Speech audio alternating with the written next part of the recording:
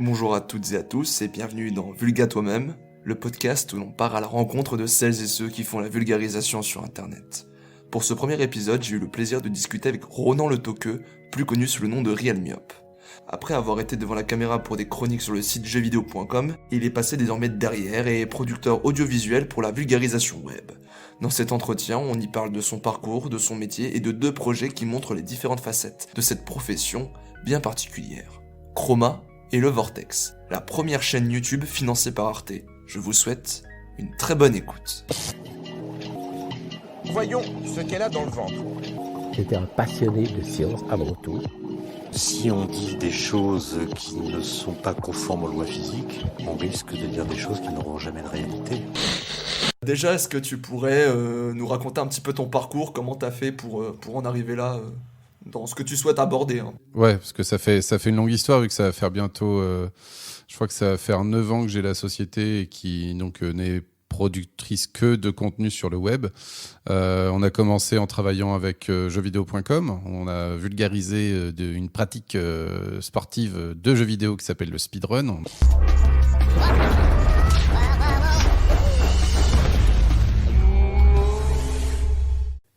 Bonjour et bienvenue dans Speed Game. Alors cette semaine, une fois n'est pas coutume, nous allons faire Mario World, mais une fois de plus, pas vraiment Mario World. On en a parlé beaucoup pendant quelques années, près de 5 ans. Et puis, ça m'a un peu formé à la production du visuel, ça m'a un peu formé aussi au web, à ses spécificités, comme on dit souvent, c'est 1 an sur le web, c'est 10 ans d'expérience. Donc on doit avoir pas loin de 80 ans d'expérience dans ma société, mais c'est vrai que c'est particulièrement changeant. On a vu vraiment le milieu évoluer très très vite entre les plateformes et puis les sources de financement. Voilà, tout a beaucoup évolué en l'espace de quelques années. Donc on a vu tout ça. Et puis donc à la fin de cette aventure avec jeuxvideo.com où je m'étais un petit peu fait les dents à la production, je me suis lancé, mais dans un autre domaine que j'adore aussi, qui était la science, et de mettre à profit en fait mes connaissances et mes capacités pour d'autres youtubeurs qui étaient plus dans les sciences et dans la vulgarisation culturelle que dans le jeu vidéo. Et c'est comme ça que j'ai commencé à produire du Linguisticae, du Nota Bene, et puis plus récemment Stardust, et puis prochainement un créatif. La petite famille s'agrandit au fur et à mesure. Parce que tout début, parce que moi je suis votre boulot depuis le tout début de JVC, et à l'époque, c'était pas encore les productions NES, ça s'appelait encore le NESblog, il me semble. En fait, le NESblog, c'était juste à côté, mais c'était toujours des productions NES, si tu veux. C'était juste que le NESblog était une entité à côté qui avait un peu le même nom, mais en fait, ça n'a pas d'entité réelle, le NESblog. C'est pas une association, c'est pas une fédération, c'était juste un site avec des gens qui aimaient bien leur contenu et qui le partageaient. Tous les gens qui étaient sur NESblog n'étaient pas forcément chez NES et inversement. C'était plus par affinité et par copinage que par réalité économique, par exemple. Le NESblog, c'était aussi une des premières grosses entités, on va dire, pour la culture. Bon, tout d'abord jeux vidéo, mais qui après s'est ouverte un peu plus à d'autres choses. C'était la première, j'ai l'impression, pour le premier collectif, premier site qui partageait la culture par le web. Mais c'était quoi le contexte de création ? C'était avec JVC ou c'était déjà un petit peu avant ou... Oh, ça a dû être créé légèrement avant. Ça a dû exister un petit peu avant. L'idée à la base, c'était vraiment de faire un blog de gens qui s'aimaient bien et qui avaient envie de faire connaître leurs travaux. C'était légèrement avant, mais c'est vrai qu'avec jeuxvideo.com, quand on a réussi, enfin quand on a été un peu plus connu grâce à l'exposition qu'ils nous ont donnée, effectivement, c'est là où on a montré aussi, je pense qu'on était peut-être vraiment dans les pionniers là-dessus, qu'on pouvait être un peu dans la vulgarisation et en vivre, même si c'est un bien grand mot de dire qu'on en vivait. Voilà, on avait montré qu'on pouvait être des professionnels, en tout cas, de ce secteur-là. Et que c'était vraiment très très novateur à l'époque. On était vraiment au tout début de cette aventure-là. Même si nous, on était déjà sur Internet depuis plus de 2 ans, en fait, avec même 3 ans, je pense. On était déjà avec notre première émission avec CDV. On était déjà sur Internet à faire ça. En fait, c'est juste ça. C'est qu'il y a eu un moment de professionnalisation et c'est là où la société a dû être créée parce qu'il fallait bien pouvoir faire des factures. Et là, il fallait réfléchir à comment on allait faire.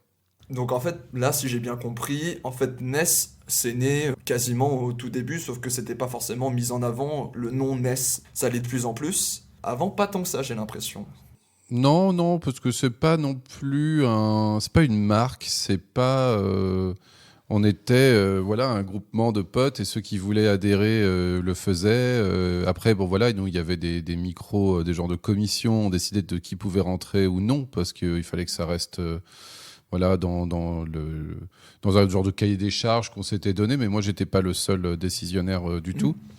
Et moi, j'ai plus ou moins arrêté de gérer le Nesblog maintenant il y a 2-3 ans, en fait, pour me consacrer à la société et à la vulgarisation scientifique pour ça, que j'ai laissé en autonomie voilà, depuis. Bah justement, par rapport à la vulgarisation, qu'est-ce qui t'a poussé à vouloir t'immiscer davantage dans la vulgarisation finalement? Qu'est-ce qui a été pas forcément l'élément déclencheur, mais peut-être le déclic? Je sais pas trop. Je pense que c'est parce que c'était le contenu que je regardais le plus, tout simplement. Donc naturellement, je me suis dit tiens, c'est marrant, ce que je regarde le plus, c'est plus spécialement de jeux vidéo. J'ai quand même beaucoup parlé de jeux vidéo dans ma vie et je pense que j'avais fait peut-être un petit peu le tour de tout ça. Et puis en voyant émerger toutes ces chaînes de vulgarisation, je me suis dit qu'il y a forcément un truc à faire, à créer en fait et à assister parce qu'il y a quelque chose à pousser en fait, tout simplement. Donc voilà, mais en fait ça s'est fait vraiment très naturellement. Il n'y a pas un genre de plan en se disant oui alors maintenant ça va être la tendance machin les trucs. Non, c'était juste tiens ça m'a l'air plutôt intéressant. Je trouve que ça a de l'avenir et puis même je trouve que personnellement en tant que producteur c'était le genre de contenu que j'avais envie d'essayer de pousser quoi. Je pense que c'est mieux de faire ça que plein d'autres trucs. Vu que tu viens de reparler de ton métier, en fait. La question qui peut paraître un peu bizarre, mais je pense importante, c'est en quoi consiste le métier de producteur quand on est sur le web, d'autant plus quand on est axé sur la vulgarisation? En fait, c'est un peu le même métier que d'habitude. Hein. C'est-à-dire que la différence, en fait, on va dire qu'elle est d'ordre, je ne sais pas si on peut dire hiérarchique, mais en gros, les youtubeurs, la grande force, c'est qu'ils sont indépendants. C'est-à-dire qu'ils ont leur chaîne, c'est pas mon contenu. C'est pour ça que je dis que c'est une histoire de hiérarchie. C'est-à-dire que c'est leur contenu, moi je ne fais que le gérer pour eux. Je fais que faire en sorte de négocier au mieux les contrats qu'ils pourraient avoir. Je fais en sorte de payer les gens avec qui ils travaillent de la manière la plus légale possible. Je fais en sorte de les rémunérer le plus justement possible en fonction de leurs revenus. Donc je suis un mélange d'administrateurs, de conseillers, d'agents, de comptables, en fonction des chaînes que je gère. Voilà, donc c'est plus de l'administratif. En fait, il y a beaucoup d'administratif, c'est pour ça que c'est beaucoup de soutien. En fait. Après, on peut avoir du conseil à la fois sur le matériel, sur des conseils artistiques, mais à la différence de la production audiovisuelle plus traditionnelle, c'est que c'est le producteur qui a tout pouvoir vu que c'est son argent. Et donc, si jamais il y a un truc qui lui plaît pas chez un auteur, eh ben, il peut complètement changer d'auteur, c'est son émission. Là, on est vraiment dans un rapport un petit peu différent qui est lié tout simplement à l'utilisation d'Internet. C'est pas exactement le cas. Si vous voulez, le mélange justement un petit peu des deux savoirs, eh bien, c'est le Vortex. Parce que lui a cette capacité d'être une émission vraiment produite par une société de production, la mienne et Arte en particulier. Et donc là, on est vraiment dans ce rapport-là, mais c'est assez rare. Et c'est très transmédia, en fait, vraiment, véritablement transmédia entre la télévision et Internet. Mais c'est un projet spécifique. C'est pas la plupart des chaînes ne fonctionnent pas comme celle-là, quoi. D'accord. Toi, en tant que producteur, on doit souvent essayer de te contacter pour différents projets. Qu'est-ce qui te fait te dire, tiens, ce projet, j'ai envie de le produire? Qu'est-ce qui te donne envie de mettre ta patte et de te dire, je vais investir, moi et ma société, dans ce projet? En général, en fait, c'est tout bête, hein, mais... j'attends déjà que la personne soit suffisamment sûre de ce qu'elle veut faire. En général aussi, j'aime pas dire ça, je dirais pas dire qu'il y a un nombre d'abonnés, mais ça montre quand même une envie de faire quelque chose et de se professionnaliser et de vouloir... Parce que moi, je peux pas arriver avant que tu veuilles te professionnaliser. Je suis obligé d'arriver au moment où tu te dis « Ah, j'aimerais bien devenir professionnel. Comment est-ce que j'arrête mon activité actuelle pour devenir vulgarisateur à plein temps ?» C'est là où moi j'interviens. Avant, je peux pas, en fait, parce que tu vas pas gagner suffisamment d'argent, je vais pas avoir suffisamment de travail pour toi, je vais pas trouver les partenaires avec lesquels tu vas pouvoir travailler. C'est bête, mais il y a vraiment des paliers à passer pour arriver jusque la production professionnelle. Une fois qu'on arrive à peu près à ces paliers, alors je n'ai pas d'idée exactement de quand ces paliers sont, hein, c'est vraiment une fonction d'envie. on réfléchit et puis on détermine un plan ensemble de comment est-ce qu'on va développer la chaîne. Quand est-ce que tu vas complètement arrêter ton activité? Quand est-ce que tu vas te mettre à plein temps sur la chaîne? Quel type de vidéo tu vas faire? Est-ce qu'on va demander une aide au CNC, par exemple? Est-ce que tu as envie de travailler avec tel type de partenaire? Est-ce que tu as envie de faire tel type de contenu? Puis rencontrer les gens, après, c'est dire, tiens, est-ce que tu connais machin? Est-ce que tu connais truc? Je pense que ça pourrait t'intéresser. Voilà, après, c'est cette démarche-là qui arrive par la suite. Mais ce que je dis souvent, c'est qu'il n'y a pas de recette, en fait. C'est toujours individuel. Il n'y a pas une seule solution. Il y en a certains qui vont beaucoup utiliser la société pour produire et pour profiter en fait de ce qu'elle apporte, et d'autres qui vont vraiment juste faire un petit peu du portage, c'est-à-dire que c'est vraiment, ils utilisent un truc parce qu'il faut que ce soit légal, pas forcément pour profiter, on va dire, de notre matériel ou même de notre expertise. Ils savent très bien faire des vidéos, ils n'ont pas besoin de nous pour ça. Néanmoins, ils n'ont pas envie de se prendre la tête avec comment on paye des intermittents du spectacle ou voilà, de ce genre de choses. Nous, on arrive à ce moment-là pour assister les créateurs. Et puis, il y en a qui sont vraiment au sein de NES salariés, mais il y en a d'autres avec qui je travaille de temps en temps, mais qui ne sont pas directement liés à ma société. C'est juste des collaborateurs, occasionnels, et ça se passe très très bien. Voilà, il y a plein de solutions pour plein de problèmes très différents. C'est un peu le gros truc du web en général, c'est qu'il faut être flexible et voir un petit peu personne n'a les mêmes attentes, en fait. Ça dépend vraiment aussi de ses propres capacités en tant qu'auteur. Parce que sur YouTube, la plupart des gens sont des auteurs, mais ils sont aussi des techniciens. C'est-à-dire qu'ils écrivent, mais ils montent, ils tournent, ils font le son, des fois même ils font la musique, ils sont community managers, voilà, il y a vraiment beaucoup, beaucoup d'éléments. Et donc on se demande où est-ce que tu as besoin le plus d'aide? Peut-être que toi, tu as besoin plus qu'on t'aide à écrire parce que en fait, tu te sens pas très à l'aise, mais tu as un super monteur. Ou alors, tu penses que tu es très nul techniquement et qu'il te faudrait du nouveau matos et puis peut-être faire 2-3 tutos d'éclairage.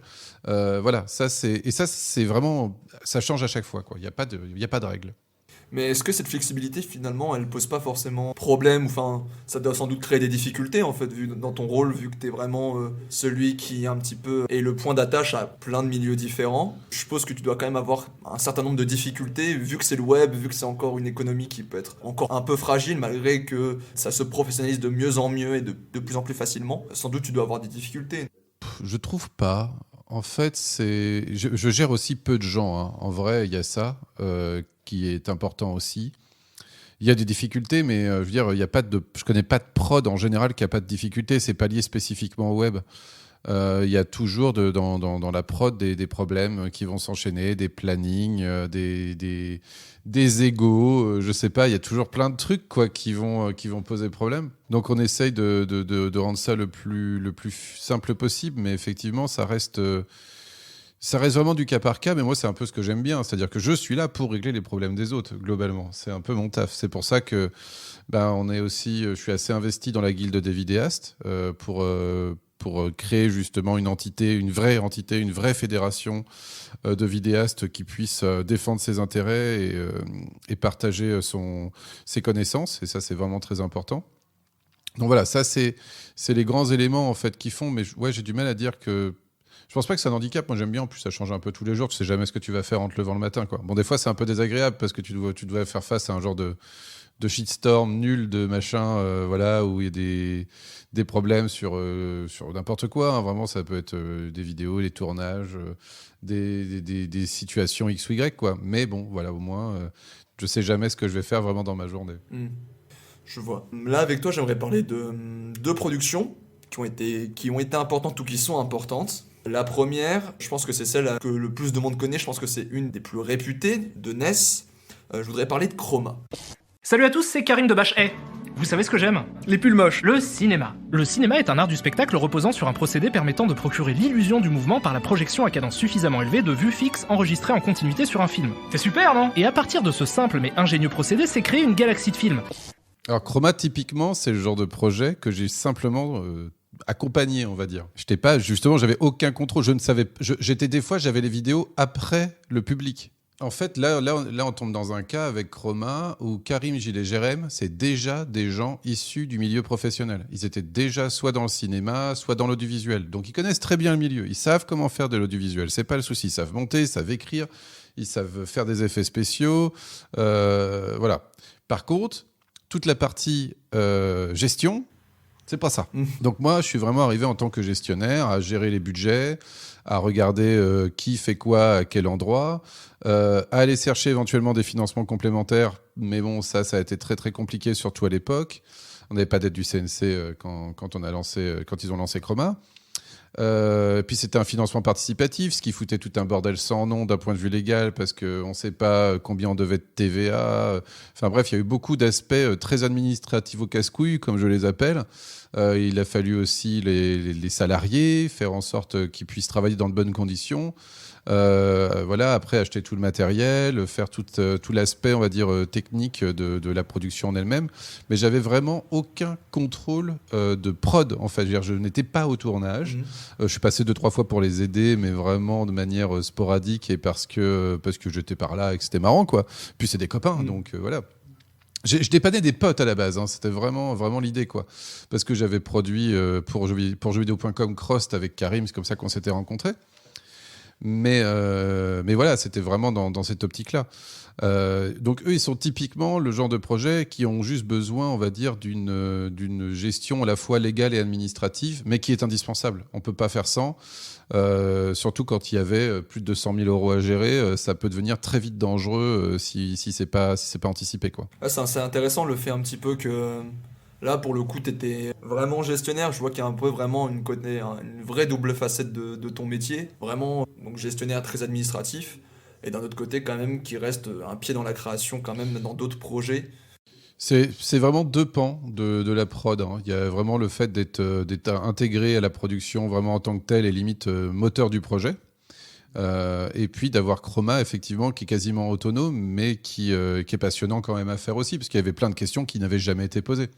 Moi, ça m'amuse un petit peu, c'est comme un problème, c'est une escape game, en fait, une prod, quoi, tu vois. T'es obligé de trouver des solutions complètement incroyables des fois, parce qu'en fait, tu t'aperçois que personne n'a les réponses. Ça, c'est le truc sûrement le plus frustrant. Surtout avec les impôts. Ça, c'est quand tu gères des... Pour te donner une anecdote un peu rigolote, le jour où on a reçu une partie des sous de Chroma sur le compte bancaire, j'ai reçu un appel de ma banquière qui m'a dit « Oui, je suis obligé de vous demander d'où l'origine de ce virement, parce que ça me paraît trop bizarre, on pense que vous êtes un terroriste. » Donc, et alors je lui ai dit oui, c'est quand même bizarre que je sois un terroriste vu que c'est la branche de cette même banque qui faisait le virement. C'était d'une branche à l'autre, quoi. Donc je leur disais c'est quand même un peu bizarre. Il me fait oui, ça me paraît surprenant, mais dès qu'il y a des montants de plus de 50 000 euros qui sont inhabituels, on doit avoir une justification pour l'État, comme quoi vous n'êtes pas un terroriste. Je fais bah écoutez, voilà regardez le site, voilà ça s'appelle voilà Ulule, vous pouvez aller là-dessus et puis ceux qui nous ont fait le virement, quoi. Donc voilà, c'était un petit peu marrant, mais c'est le genre de situation auquel je ne m'attendais pas au début, on va dire. Tu m'étonnes. Bah là, je pense que maintenant, tu dois être un peu plus rodé quand tu as des vidéastes qui peuvent être touchés avec le CNC ou quoi. Bah surtout, c'est que ça, c'était juste après l'arrêt de Speed Game. C'est-à-dire que j'ai vraiment enchaîné très vite entre Speed Game et Chroma, quoi. Le deuxième projet dont j'aimerais parler, donc, c'est celui dont on parlait tout à l'heure, c'est le Vortex. Je sais pas si vous avez eu la chance d'en discuter avec vos grands-parents. Bon, d'abord, il faut dire une chose qui t'a brisé le mythe. Si vous avez l'impression que ce que vous regardez en ce moment représente Internet, tout semble toujours simple en surface. Parce que c'est un projet quand même qui est un peu sorti de nulle part quand même, personne s'y attendait. Et de se dire que, bah, comme tu disais, c'est la première rencontre transmédia, on va dire, de Arte et YouTube pour une production qui n'est diffusée que sur YouTube et pas à la télévision. Est-ce que tu peux un peu nous raconter toute la pré-production, alors déjà d'où vient ce projet et comment petit à petit les négociations avec Arte ont pu se faire jusqu'à donner le programme qu'on connaît aujourd'hui? Alors le tout début du projet, en fait, c'est Léo Grasset de Arte Biologie qui vient me voir. On était déjà en contact pour plein de petits trucs auparavant.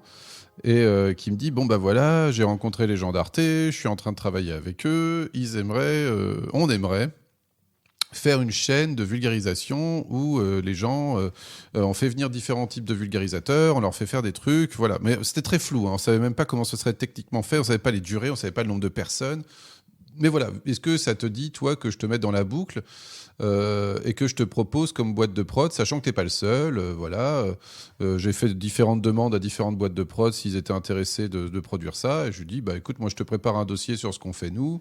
Et puis si t'es chaud, tu me dis. Et puis moi j'irai rencontrer Arte pour défendre le bout de gras du truc, quoi. Alors je sais plus exactement quelle boîte de prod il a contacté. Je pense qu'il a contacté des mélanges de boîtes de prod de télé, de web. Je sais plus exactement tout ce qu'il a fait. Mais bon, en tout cas, il faut croire que mon dossier lui a bien plu parce que c'est moi qui l'a retenu pour Arte et à qui il a dit c'est avec Ness que j'ai envie de produire le Vortex. Qui s'appelait pas le Vortex d'ailleurs à l'époque, qui s'appelait Vulgarte parce qu'on n'avait aucune idée de comment on l'appellerait. Et donc on arrive chez Arte et puis on discute un petit peu, on essaie de planifier un peu le truc, de comment ça va fonctionner. Et puis, on n'a pas vraiment d'idée en tête de ce qui doit être fait. Et en fait, avec Arte, comment ça fonctionne ? Eh bien, on fait un pilote. On fait un pilote parce qu'on n'investit pas 24 épisodes d'une série comme ça, sans faire en fait on va dire un genre de pré-test. On fait un test et on regarde si si ça marche, en fait, tout simplement. Parce que ça coûte cher, mais ça coûte moins cher que d'en faire 24 qui ne soient pas bons. Et on décide de mettre bien sûr Léo dedans, parce que c'est son idée, et comme ça, il va pouvoir aussi s'exprimer à travers et montrer un petit peu le ton qu'il souhaiterait pour l'émission. Et on a tourné ça il y a un petit bout de temps maintenant, ça va bientôt faire 2 ans, je pense. Ouais, ça fait un petit bout de temps qu'on a fait ce premier pilote, parce que c'est là qu'il y a une aventure. C'est qu'on fait un premier pilote, toujours donc avec cette idée de transdisciplinarité, donc avec Léo et Clotilde de Passé Sauvage, parce qu'ils avaient envie d'être tous les deux dans cette première partie. Et en fait, c'est pas ouf. Et en fait, on s'est planté dans la forme, je pense, parce que... Alors, c'était assez proche de ce qu'on avait fait quand même, mais on avait voulu rendre ça trop propre, trop beau. Et donc, ça faisait trop télé. Donc, effectivement, quand j'ai reçu ce genre de commentaires, j'ai fait « Quoi ? Ok. » Et puis, il y avait des petits problèmes de présentation, de collab. C'était moins naturel, en fait. C'était plus strict, on va dire, comme forme. Et puis, en fin de compte, c'est vrai que c'était pas ouf. Mais bon, voilà. Donc, Arte nous dit, écoutez, nous, on peut pas ça, non, mais refaites un pilote. Avec le même script, réajusté. Donc, on a refait un pilote. Et puis, on a affiné pas mal de choses pour ressembler, en fait, aux épisodes que l'on a actuellement. Même si ça s'affine toujours un petit peu, on est toujours en train de réfléchir. Mais globalement, le pilote que l'on a eu, qui a été diffusé sur la chaîne de Léo, ressemble beaucoup aux autres épisodes. Voilà, il nous donne vraiment, c'est un maître étalon, c'est un peu l'idée du pilote de toute façon, sur les durées, les collabs, l'ambiance, c'est ça qui était difficile. Et au début, on savait vraiment pas ce qu'on allait faire, parce qu'à la base, ça devait même pas être tourné comme ça. À la base, ça devait être, je pensais à un moment tourner sur fond vert, faire vraiment plus genre un truc débile, les Avengers de la science. On savait pas du tout. En fait, on avait juste envie de faire une chaîne collaborative avec des trucs transdisciplinaires, mais on n'avait aucune idée de comment faire. Et puis, je dis, non, mais en fait, moi, j'ai vécu 10 ans en coloc. Je me dis, mais en fait, c'est ça qu'il faut qu'on fasse, quoi. C'est vraiment une coloc. Il faut pas qu'on essaye de faker un truc. Il faut qu'on rende ça normal, même si c'est complètement débile, parce que, en vrai, personne n'imagine qu'ils peuvent aller vivre ensemble pendant près de 6 mois, 1 an, pour une émission YouTube. Enfin, on fait croire que c'est une vraie coloc, mais c'est une coloc de quelques jours. C'est une coloc d'une dizaine de jours. C'est pas une coloc beaucoup plus longue que ça, mais par contre, c'est très préparé. Mais voilà, on essaye de se baser là-dessus. Et puis, je me dis, où est-ce que je tourne ? Et j'ai décidé de tourner directement chez moi. Ce qui a des avantages et des inconvénients. Mais vu que j'avais une maison qui me permettait de faire des tournages, on a commencé à réfléchir avec Benjamin Sénès, qui est le monteur et le réalisateur de l'émission, sur justement les angles, comment on pourrait faire, comment on pourrait éclairer tout ça. Et voilà, ça a démarré comme ça. Le deuxième pilote est celui que vous avez pu voir, qui a bien marché et qui a réussi à convaincre Arte France, ce qui n'est pas évident. Et surtout Arte, donc Strasbourg, c'est le GIEI là, de Strasbourg, donc c'est la France et l'Allemagne. Parce que normalement, et le Vortex pour l'instant est un cas très particulier, c'est qu'il n'existe pas l'équivalent en allemand. Parce qu'on est un peu expérimental et qu'on attend que les Allemands fassent leur Vortex de leur côté, en vrai. Mais voilà, ça a démarré comme ça. Et comment, en fait, dans la production, Arte s'est immiscé ? Parce que je suppose quand même que, vu que c'est un des principaux financeurs et que c'est un peu une prise de risque pour eux, vu qu'ils investissent pour la première fois sur une chaîne YouTube, non pas une rediffusion, comme c'était pour Tu mourras moins bête, par exemple. Est-ce qu'il y a eu des contraintes quand même ? Parce que tu parlais des idées de format. Est-ce que c'est eux qui ont proposé des choses ? Comment s'est passée la collaboration en soi ? Vu qu'il n'y avait pas vraiment d'idée, c'était très flou au début. C'est-à-dire qu'il n'y avait pas vraiment de... bon, si, on était d'accord pour à peu près une durée de 10 minutes et transdisciplinaire. Voilà, c'était à peu près ça. Et que les youtubeurs mélangent leurs domaines de prédilection les uns avec les autres. Et puis, nous, par exemple, on s'est aperçu que ça, c'était une très belle idée, mais que c'était, dans les faits, extrêmement compliqué de faire interagir 4 youtubeurs qui ont 4 domaines de discipline dans toutes les vidéos des autres. C'est-à-dire qu'ils aient toujours quelque chose à dire sur les vidéos des autres. Ça, c'était vraiment compliqué. Des fois, c'était pas le cas. Donc, je sais qu'à un moment, nous, on a un peu débattu de est-ce qu'on fait vraiment un truc transdisciplinaire tout le temps ? Des fois, peut-être que la personne a envie de parler d'un truc, mais ce ne sera pas transdisciplinaire. Néanmoins, on fera interagir les autres colocs, mais pas pour dire quelque chose de révolutionnaire sur l'idée qui était en train d'avancer, mais pour faire vivre la coloc. Voilà, pour donner un peu de la vie et qu'il y ait des personnages, quoi. Donc voilà, ça, on l'a fait un petit peu, parce qu'on était un petit peu obligés. C'était pas évident. Mais ça, c'est une contrainte d'auteur, en fait. On s'est aperçu de ça, même si ça n'a pas plu à Arte forcément. Ils tenaient vraiment à cette idée de transdisciplinarité. On leur a dit, mais c'est trop compliqué, en fait. Vous imaginez, il y a des grands écarts qui vont faire que, et je pense que ça se sent peut-être un petit peu dans certains épisodes de la première partie, justement, c'est un peu pas tiré par les cheveux, mais ça fait grand écart, quoi. Ça fait vraiment, waf, il faut réussir à rentrer une collab dedans. Donc ça, c'est jamais très confortable. Après, on s'est aperçu que c'était très expérimental, personne ne l'avait fait. Les youtubeurs, c'est des gens qui sont habitués aux collabs, mais aux collabs d'une manière assez différente. C'est-à-dire qu'ils sont autonomes, ils ont leur propre chaîne. En général, tu vas faire soit un caméo dans la vidéo d'un autre, ou tu vas faire ton sujet de ton côté, l'autre de son côté. Et c'est très naturel, parce que c'est parce qu'ils avaient un sujet en commun qu'ils ont décidé de faire une vidéo en même temps. Là, on leur dit... il va falloir que vous trouviez des sujets qui correspondent. Et c'est pas évident quand on demande 3 plus 3 collabs. C'était pas facile. Après, il y a la production audiovisuelle de la télévision qui a ses contraintes, qui a ses timings. Ça, si, c'est des choses que même moi, j'ai dû apprendre parce que j'avais jamais travaillé avec la télé.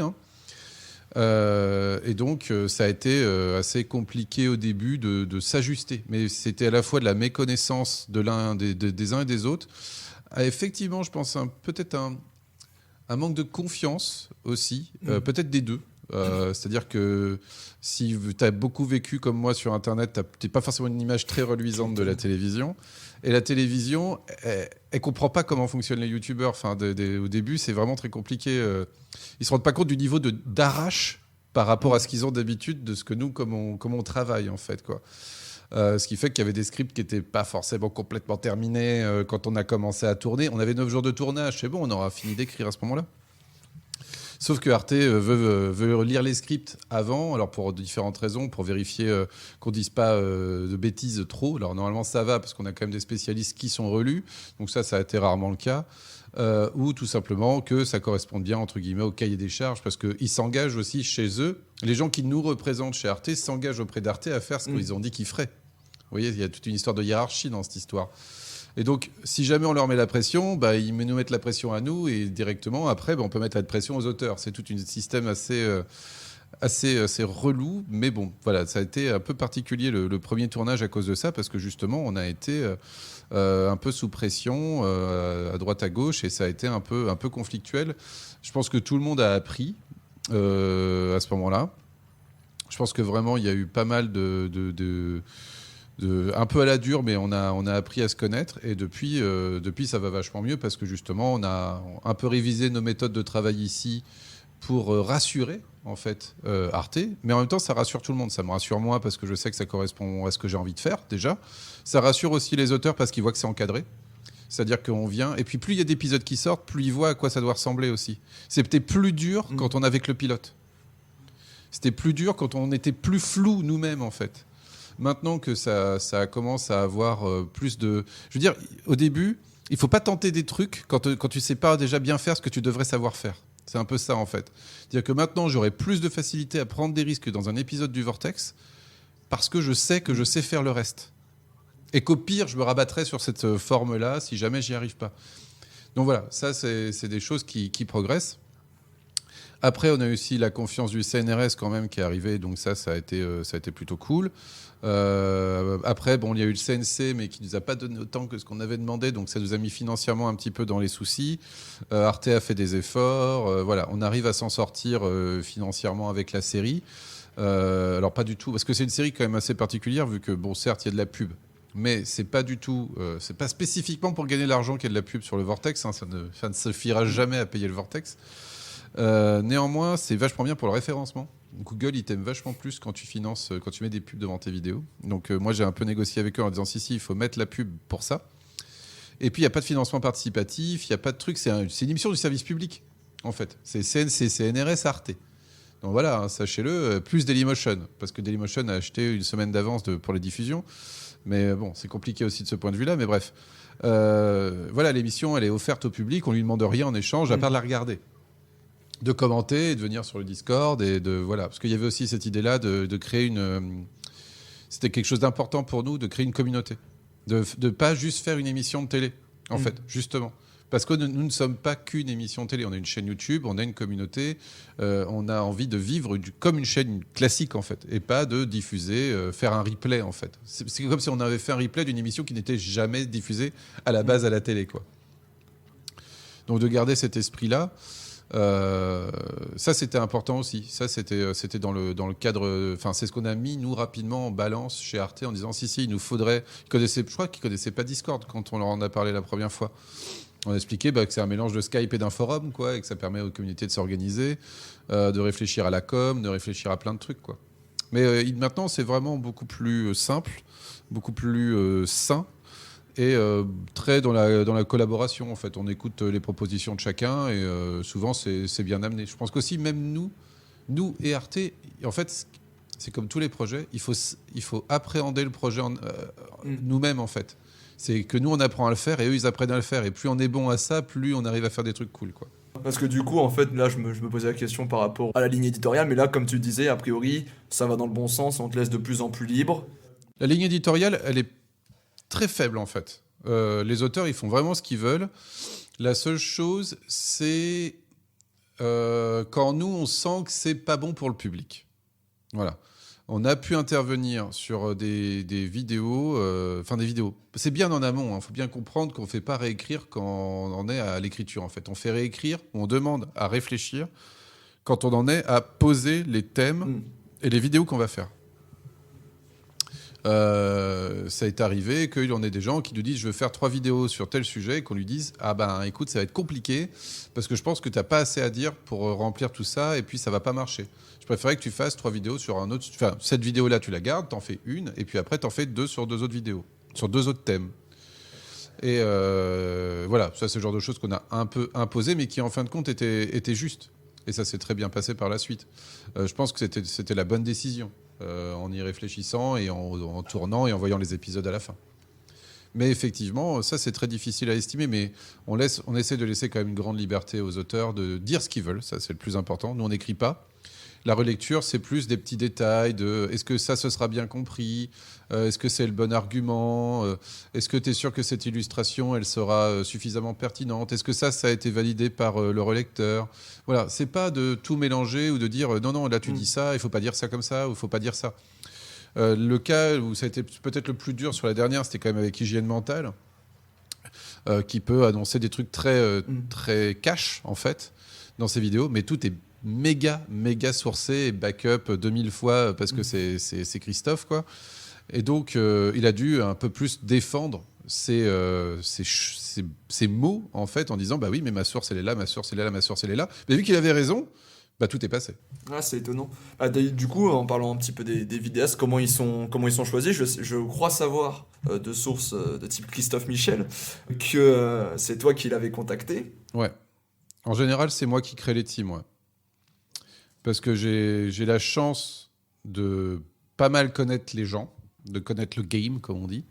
Ce qui fait que je sais avec qui j'ai envie de travailler déjà. Je sais qui a envie de travailler avec qui. Ça, c'est sûrement l'idéal. Et c'est ça qui marche. C'est-à-dire que je sais qu'ils ont des affinités. Je sais que, même s'ils ne se connaissent pas, moi, je les connais. Et je me dis, vous deux, là, vous allez bien vous entendre. Je pense que vous, là, ça va être sympa. Même si, parce que Christophe, par exemple, c'est pas quelqu'un du tout qui fait des collabs d'habitude. Mais connaissant un peu Christophe, je me suis dit avec Patrick, Manon et Léa, ça devrait bien se passer. Vraiment, c'est des gens que je sais très bienveillants, très à l'écoute, très cool, qui ont envie de faire les choses bien et qui sont... avec qui ça a bien se passer. Christophe, je savais que ce serait comme ça, mais c'était celui que je connaissais le moins, parce que comme je le dis, c'est pas celui qui fait le plus qui est le plus visible en fait en convention, ce genre de choses, c'est pas son délire. Alors que Manon, j'avais déjà travaillé avec elle, on se connaissait bien. Que Léa, je l'ai rencontrée au festival Frame. Et c'est Manon, je crois d'ailleurs, qui m'a dit « Oh, tu devrais parler à Léa, c'est elle qui fait la chaîne du CNRS Zest de Science. » Et de discuter avec elle 1 ou 2 heures. Et je fais « Ah non, mais trop bien, quoi. » Et en plus, c'est elle qui m'a directement filé le plan pour que le CNRS finance le Vortex. Et puis Patrick, je crois qu'on a beaucoup parlé de la Mega Drive. Et dans le bus, et on a beaucoup rigolé. Et je lui ai parlé du Vortex, il m'a dit « Ah, moi je suis chaud, c'est rigolo, j'en ai marre un peu d'être tout seul, ça a l'air vraiment sympa, dis-moi quand c'est et je vois si je peux, quoi. » Mais voilà, après le truc, c'est de faire écrire, c'est de trouver les plannings, de faire rentrer tout ça un petit peu au forceps dans les plannings de chacun, ça peut être aussi la difficulté. Mais bon, ça, voilà, parce que c'est vrai qu'on a un tournage quand même de 9 jours, donc qui est long. Pour eux, de bloquer 9 jours d'affilée comme ça, c'est pas évident. Mais voilà, on s'en sort. Et puis je pense que vraiment, là, ils ont tous eu une très bonne expérience, tous ceux qui sont venus la dernière fois, qui sont contents et à chaque fois, ils ont hâte de voir les épisodes sortir. Donc, ça fait plaisir. Et voilà. Mais ouais, non, mais c'est vraiment bien marré cette semaine de tournage. C'était épuisant. C'était quand même épuisant. Mais je pense qu'on a bien rigolé. Je pense que ça se ressent dans les épisodes. Que voilà, il y a une vraie. Et puis, par exemple, pour Christophe, c'est vraiment pas un comédien. Il n'a pas de formation d'acteur. C'est pas du tout son délire. Mais je pense qu'il a fait vraiment des super efforts pour bien jouer la fiction. Et il m'a épaté là-dessus. Et en même temps, lui, la mise en scène, c'est pas son délire non plus. Donc, on l'a beaucoup aidé à écrire ses mises en scène. À comment est-ce qu'il allait faire ces petites phases de fiction au début et à la fin de ces épisodes. Et tout le monde a participé, en fait, en disant « Ah ouais », et tout le monde en lui disant « Alors, comment tu voudrais mettre ça ? Ok, on réfléchit. » Et il y a des moments, je crois qu'il y a une intro, on en a eu 3 ou 4 des idées, quoi. Et finalement, c'est celle qui y aura dans l'épisode qui va être diffusée. C'est dans la 2e de Christophe. Mais ouais, on a fait une petite intro qui change un petit peu d'habitude. Justement parce que c'était marrant. J'étais très étonné de voir le CNRS financer des vidéos sur internet. Pourquoi ? Parce que j'ai l'impression que à part Zest de Science où c'est un petit peu c'est eux qui ont mis leur aval dessus, je les voyais mal faire des coproductions, quoi. J'avoue que j'étais assez étonné. Alors ils font en fait beaucoup de coproductions CNRS Images, mais surtout du documentaire. Je pense qu'on est la première chaîne YouTube effectivement qui est en partenariat avec le CNRS Images. Ok. Mais c'était nouveau pour eux, mais c'était pas inenvisageable, si tu veux. Ouais. Sûr qu'avec la chaîne Zest de Science, ils avaient déjà un petit peu les idées pour faire les codes du web. Voilà, ils commençaient à avoir cette expérience-là. Ils commençaient aussi à... Je pense qu'ils ont vu l'intérêt du Vortex, en fait. Pour eux, d'avoir le bac Arte, CNC, de voir ce que NES produisait, je pense que on était le bon partenaire au bon moment, au bon endroit. C'est un peu de la chance, on va dire. Ouais, ça a été un bon timing à ce moment-là. C'est ça, exactement. Je pense qu'on va bientôt finir. Il me reste 3 petites questions que je vais poser de manière assez récurrente dans tous les épisodes. Déjà, simplement, qu'est-ce qu'on peut souhaiter pour la suite ? Pour la suite, que le Vortex marche bien, quoi, que le public soit content. Je pense que c'est sûrement le plus important. Nous, on essaye de faire de notre mieux de notre côté et puis d'espérer que ce soit cool, qu'on fasse d'autres épisodes aussi, qu'on ait encore des sous pour en faire de nouveaux. Parce que c'est aussi le moyen de... Il faut bien comprendre que le Vortex, pour certaines chaînes, c'est aussi un bon moyen de se financer. Hein. Donc, vu que nous, on paye les gens qui viennent au Vortex, forcément, ça leur permet aussi de professionnaliser leur activité, quoi. Ça, c'est vraiment sympa. Ouais. Mais voilà, donc j'espère que ça continuera pour continuer de faire découvrir des chaînes, faire découvrir des youtubeurs et youtubeuses. Parce que s'il y a bien un message qu'on essaie de faire passer, c'est qu'il nous faut plus de filles dans la vulgarisation. Ça, nous, on a vraiment cette volonté et obligation d'avoir autant de filles que de garçons et de mettre en avant cet aspect-là en disant, regardez, quand même, c'est important. Mais c'est pas facile, on va pas se le cacher. Donc j'espère que ça aussi, ça bougera un petit peu les lignes au fur et à mesure. Mais Alors, on croise les doigts pour une potentielle colloque 3 et colloque 4. Exactement. On croise les doigts très très fort, parce que j'aime beaucoup le Vortex. Merci. Je trouve que c'est vraiment très très chouette. Simplement, est-ce que tu as des conseils pour les gens, et surtout, j'ai compris, je pense, les femmes qui voudraient se lancer dans la vulgarisation, est-ce que tu as des conseils peut-être sur la méthode à utiliser, ou sur peut-être certaines peurs ou certaines craintes? Est-ce que tu as des conseils maintenant que tu connais bien le milieu et que... c'est vaste comme question, sans m'étendre pendant des heures. Je pense qu'il faut oublier que vous êtes une femme, et au pire, faites des voix off. Tu vois, ça, déjà, ça peut être juste des voix off. Traitez bien vos sujets, faites des trucs que vous aimez, et au début, on s'en fout. Amusez-vous, faites ce que vous avez envie de faire, plantez-vous, ratez, recommencez, c'est pas grave. Vous n'êtes pas là pour sortir les meilleures vidéos du monde instantanément, il faut bien comprendre ça. Essayez, testez, et utilisez l'outil, utilisez YouTube, apprenez à monter, apprenez plein de trucs, et vous frustrez pas de pas faire les vidéos que vous souhaiteriez faire, on va dire. Ça, je pense que c'est vraiment important de bien comprendre qu'on n'est pas instantanément un génie de la vidéo ou de la vulgarisation, vraiment. Regardez les vidéos toutes les premières vidéos de tout le monde, que ce soit de Nota Bene, de Linguisticae, même de Léo, c'est moins bien. C'est moins bien que ce qu'ils font maintenant et c'est normal. Donc, n'hésitez pas vraiment à... Moi, je dis toujours, l'important, c'est de produire. L'important, c'est de faire des trucs. On verra après et tu apprendras. Moi, je marche beaucoup comme ça, par essai-erreur. Voilà. Et puis, tu progresses. Et puis voilà, si ça plaît aux gens, on continue. Et voilà. Mais voilà, y a pas... En fait, c'est pas plus pour les filles ou les garçons. Je dirais les mêmes choses pour les deux. Et n'ayez pas peur de vous lancer si vous avez envie de le faire. Mais faites gaffe, c'est du temps et c'est du travail, c'est pas facile. Et faites gaffe au son. Le son, c'est trop négligé. Voilà. Eh ben écoute, merci beaucoup Je t'en prie. pour avoir partagé presque une heure d'entretien avec moi sans trop savoir ce qui allait se passer. Bon, pas de souci. T'avais simplement... j'ai lancé un appel comme ça, sans trop y croire, mais t'as été hyper réactif et là-dessus, je te remercie. Je t'en prie.